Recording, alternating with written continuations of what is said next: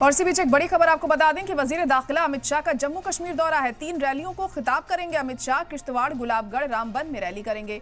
इंतखाबी तशहीर का आज आखिरी दिन है और आज थम जाएगी पहले फेज की तशहीरी मुहिम।